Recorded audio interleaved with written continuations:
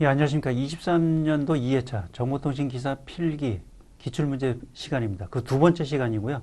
제 1과목 11번부터 20번까지 보도록 하겠습니다. 자, 문제 11번입니다. 통신 시스템에서 데이터 전송체 비트율이 고정되어 있을 때 다운 베이스 밴드 전송을 사용해 심벌당 비트수를 증가시킨다 한다면 어떤 효과가 있겠는가? 데이터 레이트는 고정입니다. 데이터 레이트는 고정되어 있는데 여기에 하나의 심벌당 비트수를 아까처럼 만약 QPSK를 했으면은 2의 자승이니까 2비트를 처리했는데 8PSK나 16 캄이나 이건 2의 3승이죠. 3비트로 처리하거나 2의 4승, 4비트로 처리하거나 한 심벌당 비트수를 2비트로 했던 거를 3비트, 4비트, 5비트, 6비트로 점점 늘린다고 하면은 어떤 효과가 있는가입니다. 기본적으로 컨셉적으로 본다고 하면은 첫 번째 보도록 하겠습니다. 답은 전송 테이프를 줄일 수 있다는 건데요. 한번 보겠습니다. 케이스 1을 본다 하면 지금처럼 동일 비트율에서 데이터의 심벌을 증가시키면은 당연히 전송 대역폭이 줄어들 수 있는 거죠. 내가 어떤 이 데이터를 그대로 보내려고 할 때 10Mbps로 보겠습니다. 10Mbps로 했을 때 내가 변조 방식을 QPSK를 썼다고 하겠습니다. 어떤 방송 TV 신호를 보내려고 했을 때 QPSK를 변조를 했는데 동일하게 이때의 대역폭이 만약에 20MHz라고 가정해 보겠습니다. 그랬을 때 10Mbps의 속도를 해가지고 8PSK 또는 16캄으로 하겠습니다. 16캄으로 변조 방식을 바꿨으면 얘는 2비트를 처리하고 얘는 4비트를 처리합니다. 그랬을 때 이 대역폭이 늘어나겠습니까? 줄어들겠습니까? 당연히 대역폭을 줄일 수 있는 거죠. 처음에 이만한 대역폭이 필요했지만은 QPSK인데 16화로는 줄어들 수 있는 거죠. 왜냐하면 2비트 처리하는 것을 4비트로 처리할 수 있으니까 그 2배로 늘어나는 거죠. 절반으로 감소시킬 수 있는 거죠. 이런 식으로 동일 비트율에서는 대역폭이 줄어들겠습니다. 만약에 동일 대역폭일 경우에 이번엔 대역폭을 동일하게 가져갔는데 심벌의 비트수, 변조 방식을 아주 더 높인다고 하면은 이때는 데이터 전송 속도가 늘어나겠죠. 지금의 문제는 케이스 1번을 얘기하는 겁니다. 전송 전력을 줄일 수 있다. 관련성이 없는 거고요. 점점 QPSK 16캄, 64캄, 256캄, 1024캄으로 점점 높일수록 기본적인 EBNO가 값이 필요한데 이거의 값을 점점 요구하는 값들이 점점 늘어나겠죠. 커질 수 있습니다. QPSK 때는 만약에 10이었다고 하면 1024캄으로 늘어난다고 하면 이거의 EBNO 값은 14나 16 더 높아질 수 있겠죠. B2L이 줄어든다. 관련성 없고 얻어지는 효과가 없다. 대역폭을 줄일 수 있습니다.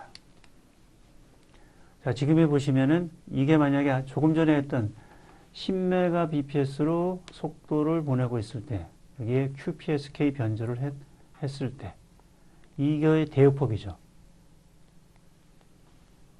2의 한 심벌이 2비트를 처리합니다. 근데 여기서 아까처럼 16캄으로 변조를 방식을 바꾸면은 4비트를 처리할 수 있는 거죠. 그러면 대역폭이 동일한 대역폭이 필요한 게 아니라 이거보다 줄어들겠죠. 얼만큼? 이런 식으로 줄어듭니다. 16캄을 썼을 때는 이런 식으로. 예. 보시면은 대역폭이 변화가 있는 거죠. 예를 들면은 얘는 3Mbps의 16캄인 거고 1Mbps의 16캄은 1Mbps의 값이 대역폭이 줄어들겠죠. 이건 속도가 커지면 대역폭도 늘어나는 거고요.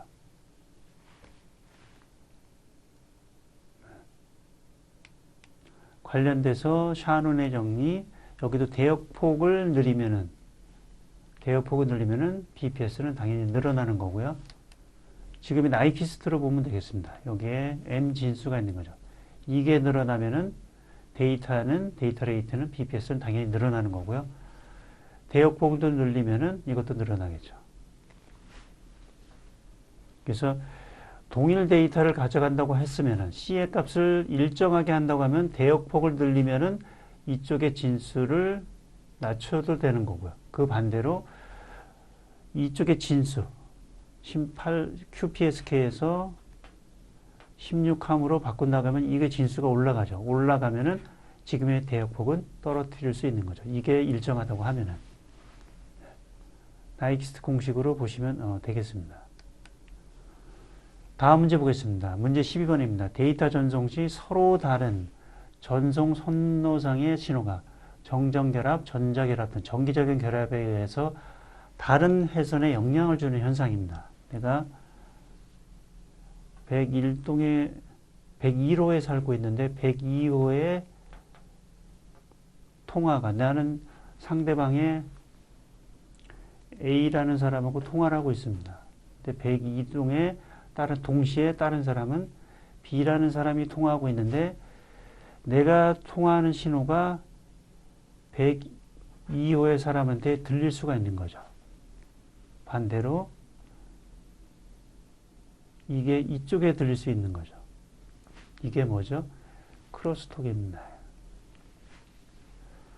왜곡이라는 것은 기본적으로 어떤 형태나 파형이 찌그러지거나 일그러짐이 발생하는 겁니다. 전송 매체의 특성에 따라서.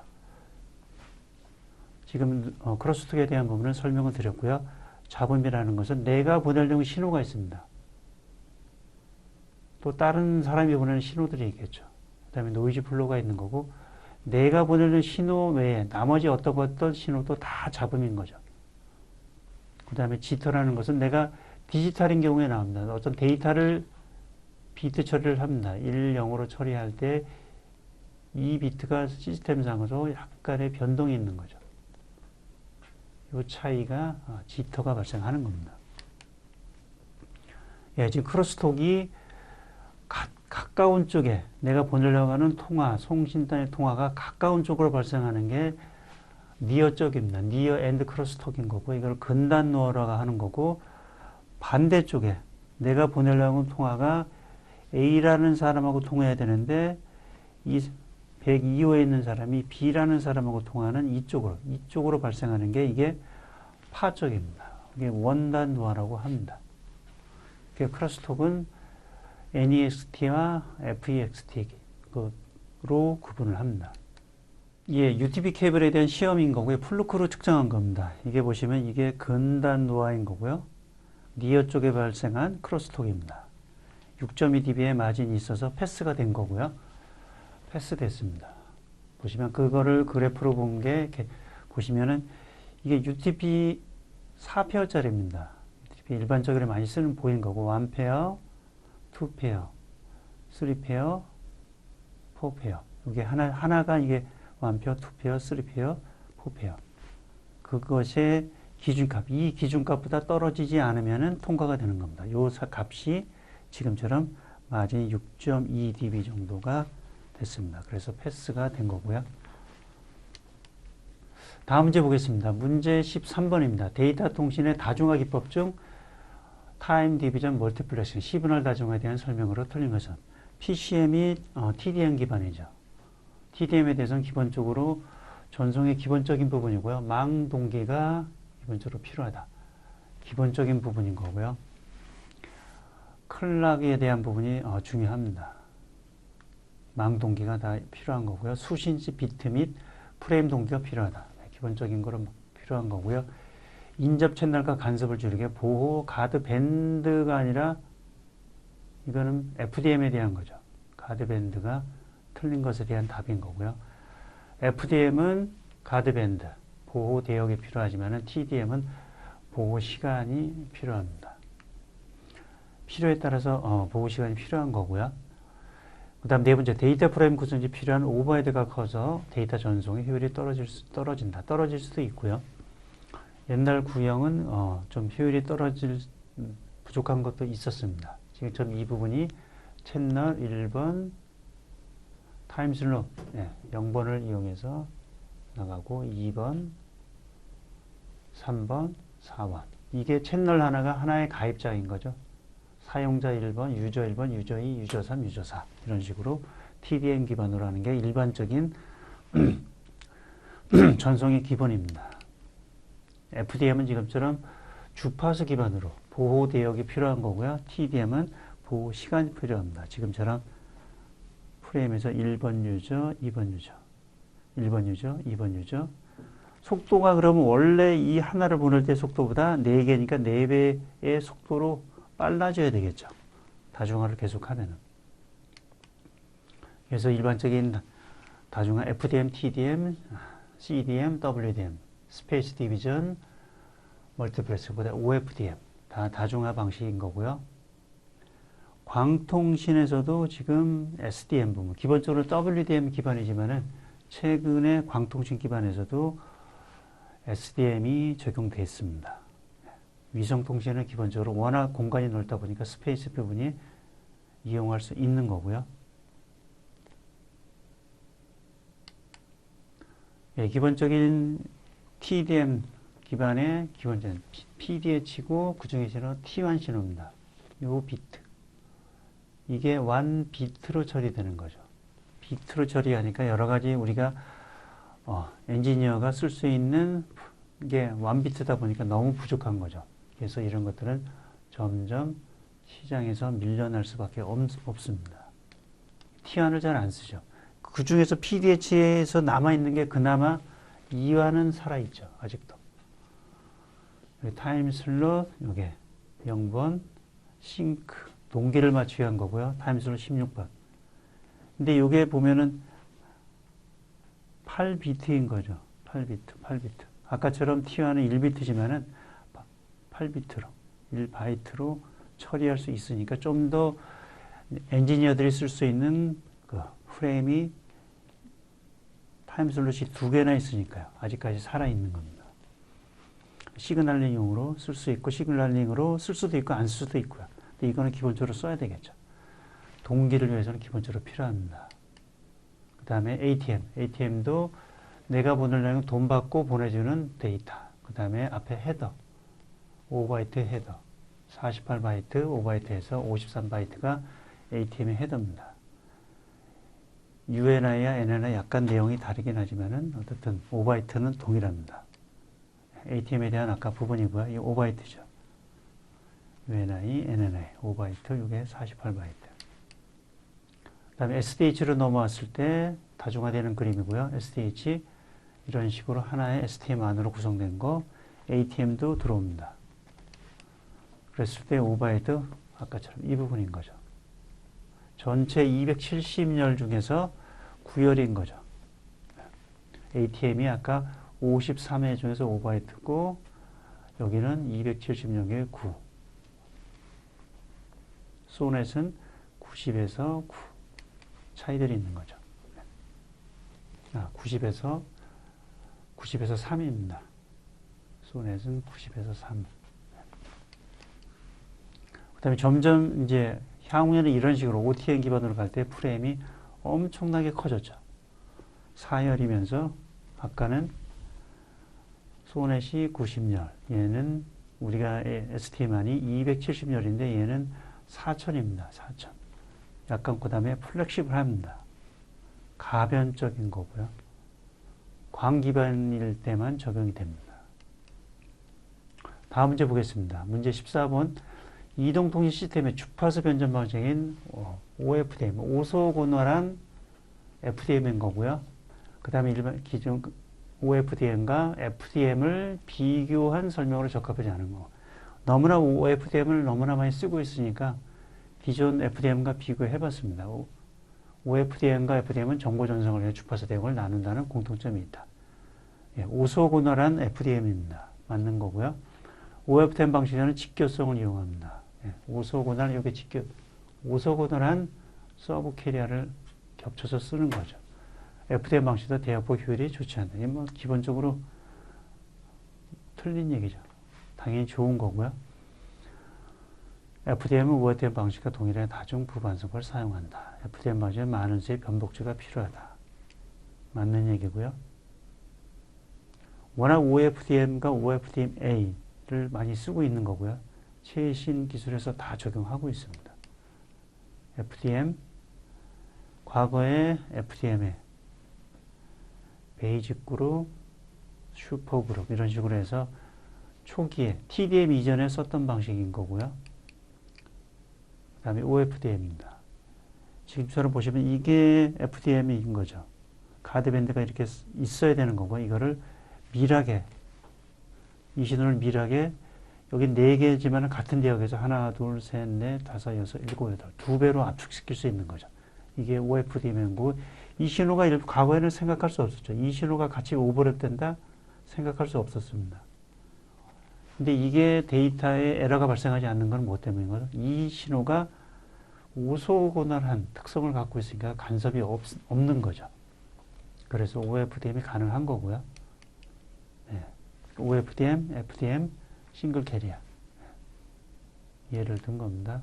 특징, 다중 반송파, 네. 그 다음에 FFT를 쓴다. 읽어보시면 될 테고요. 다음 문제 보겠습니다. 문제 15번입니다. 다음 보기의 설명으로 적합한 것. 신호 레벨이 변하는 속도로 매체에 전송할 수 있는 부호의 수. 하나의 심벌을 전송할 필요한 시간에 대한 심벌의 폭으로 나타낼 수 있다. 단위를 보다. 변조속도, 보도에 대한 부분이니까 1번이 답인 거고요. 데이터 신호수도, BPS를 얘기하는 겁니다. 데이터 전송속도, 배열의 속도. 굳이 이거를 좀 더 구분한다고 하면은 실무적으로는 신호속도와 전송도 거의 유사하니까 그냥 같이 쓰기도 하는데 좀 더 구분한다고 하면은 변조속도는 지금 한 심벌 단위의 심벌의 일체 전선의 심벌의 수인 거죠. 조금 전에 했던 보도를 얘기하는 거고 데이터는 1초에 전송할 때 데이터의 비트, BPS인 거고요. 아까 보드와 N비트가 곱해지는 거고요. 워낙 계속 출제가 되는 거고 전송은 비트로 한다고 하면 같은 데이터 신호 속도는 같겠지만 문자나 패킷으로 구분한다고 하면 조금 차이가 있는 거죠. 단위가. 배열어는 이 모든 것을 데이터의 신호 속도 여기에 내가 엔지니어가 시험할 수 있는 비트 그 다음에 약간 오버헤드가 또 추가되는 거죠. 이런 것들을 추가해서 전체가 보내는 겁니다. 이 전체를 배열어 속도라고 합니다. 과거에는 이 부분을 무선 쪽에서는 많이 연결해서 썼고요.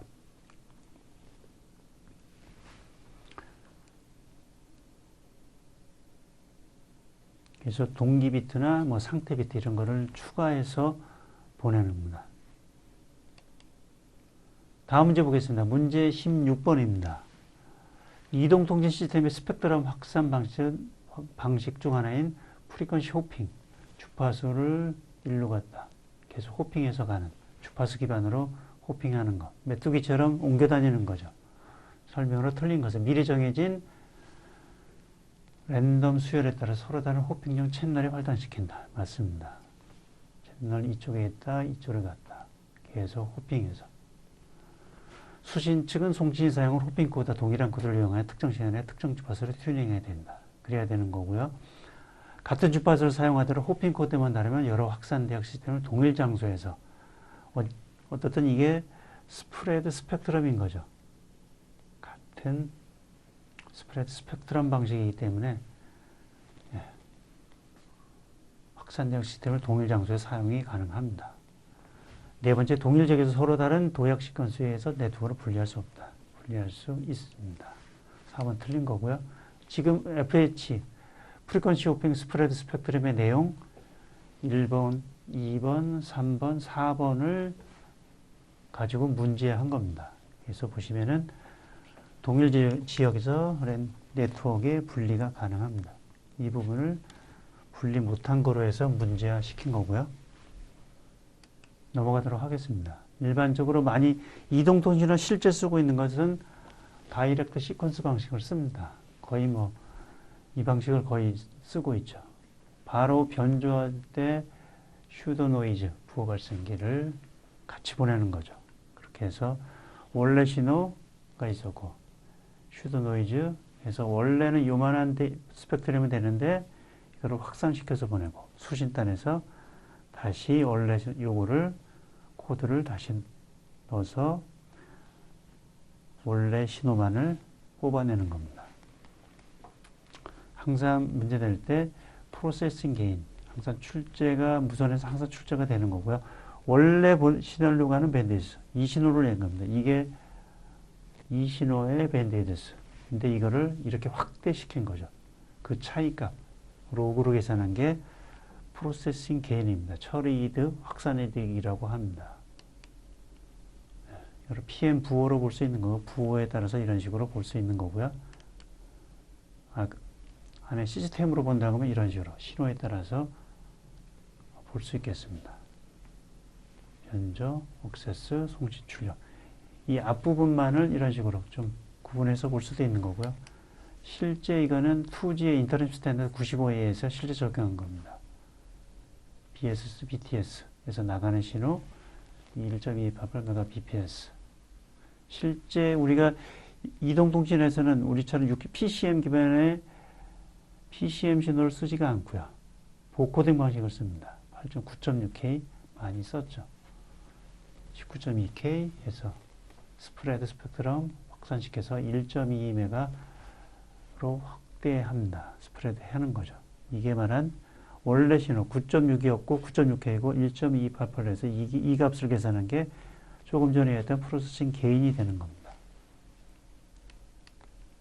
지금의 프리퀀시 호핑에 대한 부분이고 이건 저는 주파수 기반으로 주파수가 변하면서 주파수도 변하고 타임 기반으로 변화가 있는 겁니다.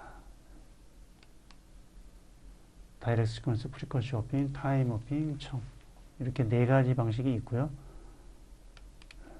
다음 문제 보겠습니다. 문제 17번입니다. 이동통신에서 다중경로의 반사파에 의해서 발생되는 페이딩입니다. 어떤 송신단에서 보내는 신호가 중간에 빌딩도 있고 여러 개의 빌딩이 있고 사람이 있습니다. 다이렉트로 오는 것도 있고 반사돼서 오는 것도 있고 또 반사돼서 오는 것도 있고 그래서 수신단에서 봤을 때 이 수신 신호가 시간에 뭔가 변화가 생기는 거죠. 수신 전개가 바뀌는 겁니다. 그거를 페이딩이라고 하는 거고요. 페이딩의 종류를 본다고 하면은 지금처럼 롱텀 페이딩, 숏텀 페이딩이 주가 되는 거고요. 인빌딩, 대도심에서는 도시에서는 숏텀 페이딩 이런 것들이 주가 되는 거고요. 농촌이나 이런 데서는 롱텀 페이딩이 주가 됩니다. 지금처럼 롱텀 페이딩, 그 다음에 숏텀 페이딩 이런 것들은 숏텀 페이딩은 대도심에서 주로 발생하는 거고요. 외곽에서는 롱텀 페이딩, 실외 환경에서는 레이디 분포, 실내에서는 라이시안 분포를 가져갑니다.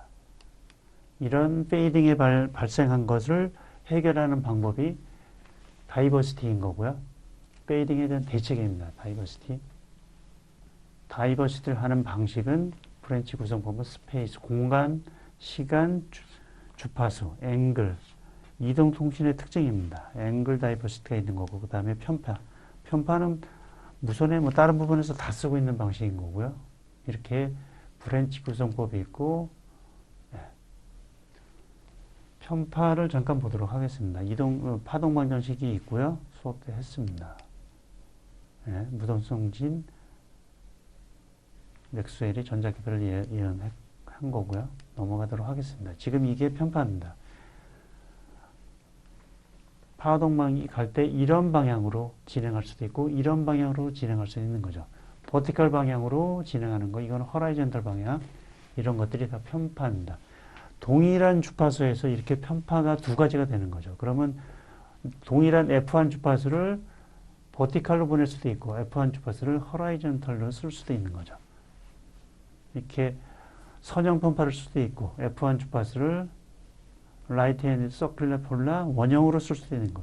그리고 F1 주파수를 레프트 핸드, 라이트 핸드에서 서큘러 폴라라이제이션 이런 식으로 이중화를 쓸 수 있는 거죠. 그러면은 훨씬 더 효율이 커질 수밖에 없습니다. 타운형도 있는 거 이런 것들이 다 편파입니다. 그 다음에 합성수신법, 컴바인은 스위치드 컴바인은 가장 많이 쓰는 MRC, 최대비 합성, 이퀄 게인 이런 것들이 있는 거고요. 다 다이버시티의 방식입니다. 그 다음에 페이딩에 대한 페이딩이 일반적으로 이동통신의 페이딩과 대륙권에 대한 페이딩, 단파통신, 전리층의 페이딩, 아까 말한 흡수성 페이딩 이런 것들이 있는 거고요. 설명은 생략하겠습니다. 예, 대륙권에서 발생하는 페이딩, 전리층에서 발생하는 페이딩 있는 거고요. 다음 문제 보겠습니다. 주기신호가 300Hz, 400Hz, 500Hz 주파수를 갖는 3개의 정연파로 분해될 경우에 대역폭은, 자, 이거를 오실로스코프로 보면 타임 디비전을 보는 게 아니라 이거를 스펙트럼 아날라이저로 주파수면으로 봅니다. 주파수면으로 보면 이런 식으로 보이는 거죠. 주파수로 300Hz, 400Hz, 500Hz를 스펙트럼 아날라이저로 봤을 때 이런 식으로 보이는 거죠. 300Hz가 하나 있고 400Hz, 500Hz가 있습니다. 이 신호의 대역폭은 어떤 장비로 인해서 이 장비를 이걸 보내려고 한다면 이 신호의 대역폭은 최고 주파수에서 최저 주파수를 빼주면 되겠죠. 실제 이게 변조가 안 됐다고 하면은 예, 순수하게 이거 정연파만을 했기 때문에 예, 이 구간까지 500Hz에서 300Hz를 빼주면은 200Hz입니다. 200Hz가 이걸 얘기하는 거죠. 200Hz의 대역폭을 되겠습니다. 그래서 답은 2번인 거고요. 다음 문제 보겠습니다. 문제 19번입니다. 입력 측의 신호대 잡음비가 15dB인 거고요. 시스템의 잡음지수입니다. 잡음지수가 1이면은 입력 신호를 만약 잡음지 1이라고 하면은 입력이 15dB면은 그대로 나오는 거죠. 잡음이 없이 그대로 퍼펙트한데 이런 것들은 존재하지 않는 거고요. ID라는 거고 어떤 잡음지수가 10인 경우에 출력 측의 신호점 잡음비는 얼마인가 보시면은 어떤 시스템 잡음지수입니다. 노이즈 팩터인 거고요. 잡음지수가 시스템에 어떤 신호가 15dB라는 어떤 값을 가지고 이 차이 값이 15dB인 거죠. 이 신호가 이 시스템을 통과하고 나서 출력된 신호가 10이었으면 뭔가 잡음이 많다 보니까 얘가 찌그러졌겠죠. 이렇게. 그 값이 얼마인가를 물어보는 게 문제입니다. 계산을 해보면은 신호대 잡음비는 15dB. 노이즈 플로우 파워와 시그널 파워, 입력입니다. 입력에 대한 값인 거고요. 그래서 시스템의 노이즈 팩터입니다. 노이즈 팩터는 그냥 자연수를 얘기하는 거고요. 이 10인 겁니다. 노이즈 팩터입니다. 이 10이 자연수고 1보다 클수록 잡음이 추가된다는 것을 의미하는 거고요. 이거를 dB로 계산하려고 하면 노이즈 피겨로 바꿔줘야 됩니다. 10로그가 반드시 들어가야 되는 거고 10로그 들어가서 이 노이즈 팩터 값을 넣어줘야 됩니다. 그럼 dB로 환산되는 거고 10로그에 10에 10이니까요. 이 10을 넣어준 겁니다. 그러면은 10dB가 됩니다. 이거는 노이즈 팩터가 아니라 이제 10dB는 노이즈 피겨로 바뀌는 거고요. 그러면 다 dB 값으로 되니까 입력도 15dB, 시스템의 노이즈 피겨도 10dB 되니까 계산할 수 있는 거죠. 그럼 노이즈 피겨는 SNL의 인풋과 아웃풋에 대한 거니까 값을 다 넣어줘. 10dB, 15dB, 아웃풋. 이게 얼마를 물어보는 것이니까 자, 나누기는 그냥 빼주면 되는 거죠. dB의 장점인 거죠. 이런 식으로 바꿀 수 있습니다. 곱하기는 더하기, 나누기는 빼기로 이렇게 바꿀 수 있습니다. 10dB 15-SNR 아웃. SNR 이쪽으로 넘기고 15 있고 10을 이쪽으로 하면은 그냥 계산하면 15-10 하니까 5dB 바로 나오는 거죠. 다음 문제 보겠습니다. 문제 20번입니다. 전파의 경로별로 도래각이 다른 점을 이용해서 빔의 각도가 다른 복수개의 안테나 수신 전력을 합성하여 페이딩을 보상하는 방법. 빔의 각도에 따라서 빔이 어떤 요게 노드 B, BTS 기주극, 2G의 기주극이라고 하겠습니다. 했을 때 빔의 방향, 단말에 따라서 빔의 방향을 이렇게 가져가느냐, 이렇게 가져가느냐, 이렇게 가져가다 해서 페이딩을 보상하는 방법. 앵글에 대한 다이버시티입니다. 아까 잠깐 보여드렸던 거고요. 앵글에 대한 부분의 다이버시티를 얘기합니다. 이게 좀 더 발달해가지고 현재 와서는 5G에서는 빔 포밍으로 어떤 기존의 3D 기반으로 이쪽에서는 이 빔을 쓰는 거죠. 그 다음에 이쪽에서는 이 빔을 쓰고 이 데이터 분리될 수 있는 겁니다. 5G에서는 쓰고 있습니다. 실제 멀티플 인풋, 멀티플 아웃풋인데요. 실제 5G에서 쓰고 있는 라디오 RU입니다. 32개의 송신, 32개의 수신, 64개의 송신, 64개의 리시브. 실제 라디오 유닛에서 쓰고 있는 거고요. 아까 잠깐 보여드렸듯이 이 앵글 다이버시티, 각도에 따라서 다이버시티를 할 수 있습니다. 합성 수집은 아까 잠깐 보여드렸던 거고요. 마이모는 멀티플 인풋, 멀티플 아웃풋 이런 식으로 이 보내는 안테나, 받는 안테나가 다수인 거죠. 아까 32개 T, 32개 R, 64개 T, 64개 R 이런 식으로 이게 마이노 방식이 되겠습니다. 현재 많이 쓰고 있는 거고요. 5G 이전에 와이파이, WiMAX, LTE에서 다 쓰고 있었던 방식입니다. 지금의 AC, AC 기반, 와이파이, AC, AX 다 쓰고 있는 방식입니다. 자, 이렇게 해서 11번부터 20번까지 문제풀이를 마쳤습니다. 예, 수고하셨습니다.